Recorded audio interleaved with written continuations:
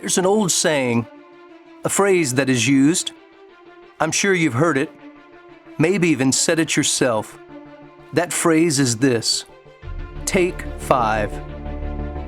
It means to stop for a moment to catch your breath and regroup before getting back into the action. That's what I'm asking you to do right now. Stop what you're doing and take 5 minutes to let the Word of God breathe new life into you, and allow the Spirit of God to grant you your second wind, to not only face the journey ahead of you, but to finish strong. The clock is already ticking, so let's get started. While reading in my quiet time this morning, I was reminded of the high cost of compromise. We first meet a man named Lot in Genesis chapter 11. It's there that Abraham's father Terah takes him and his wife Sarah and Lot. They leave Ur of the Chaldees and they're headed to the land of Canaan, but they get as far as Haran, and there Terah dies.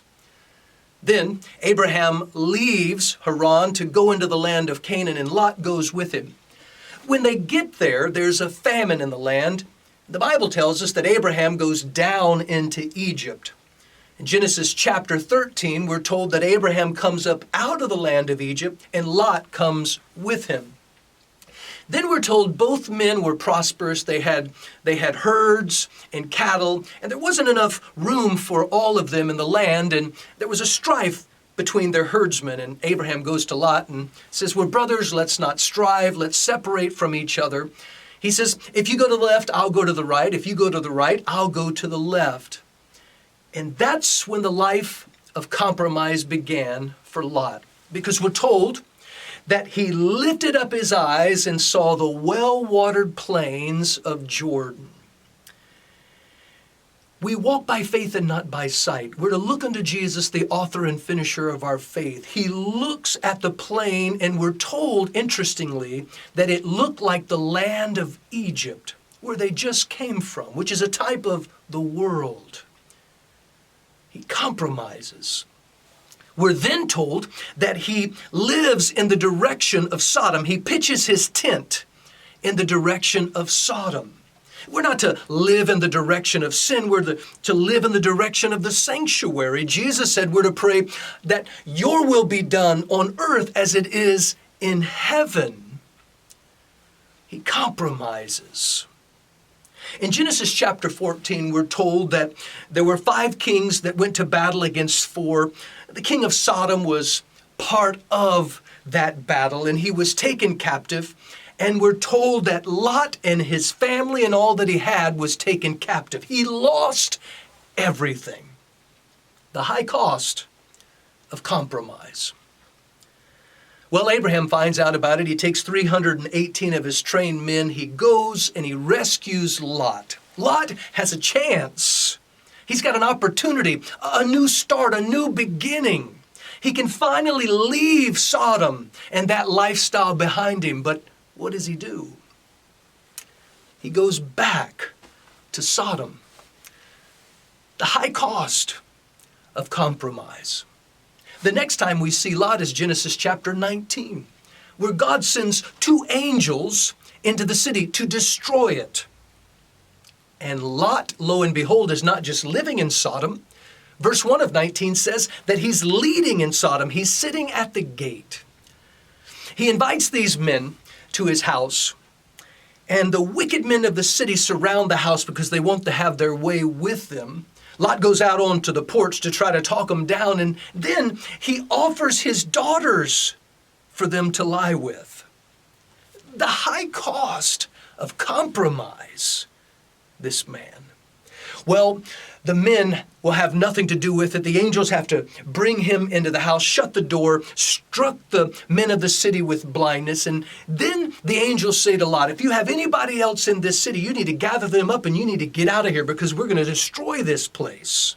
Lot goes to his sons-in-laws and tells them, hey, God's going to destroy the place. And they think he's a man that mocks. They laugh at him. They can't take this man of compromise serious. They have no respect for his spiritual life and what he has to say about the Lord.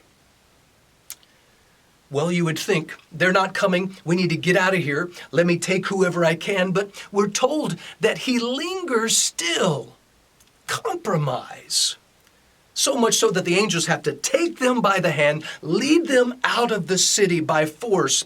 They get out of the city and they say, escape for your life, run to the mountains, don't stay anywhere in the plain and don't look back. Then Lot begins to say, oh no, I can't live in the mountains. If we go there, some evil will befall us. Let me live in this city. It's near. It's a little city, isn't it? There in the plain where all this started to begin with, this life of compromise. And now he's doing it again. The angels finally agree to that, say they won't destroy this little city. And then we're told that Lot's wife looks back and he loses her. She becomes a pillar of salt. Well, Lot and his two daughters flee up into the mountains. They're afraid to stay in that little city. They end up in a cave. And then he later learns of this incestual plot of his daughters with him. They get him drunk and they both have children by him. And the two sons become the fathers of the Moabites and the Ammonites, who become the enemy of God's people for generations to come. Guys, sin will take you further than you want to go. It'll leave you longer than you want to stay.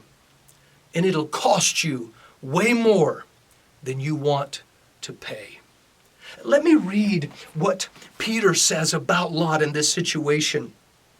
In 2 Peter chapter 2, verses 6 through 8, he says, and turning the cities of Sodom and Gomorrah into ashes, condemned them with an overthrow, making them an ensample unto those that after should live ungodly. And delivered just Lot, vexed with the filthy conversation of the wicked. For that righteous man dwelling among them, seeing and hearing, vexed his righteous soul from day to day with their unlawful deeds. Vexed. That means to be tortured, to be grieved, to be in pain, to be harassed, to be in distress. It's a picture of a ship out in the sea, struggling against the headwinds. Peter says Lot lived a miserable life, vexed.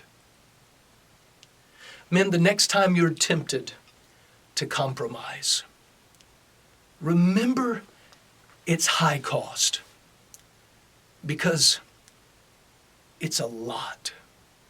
Hey guys, be sure to click like and subscribe if this video helped you. And most importantly, share it with someone you think would benefit from a spiritual breather themselves. God bless you. I'll catch you on our next break.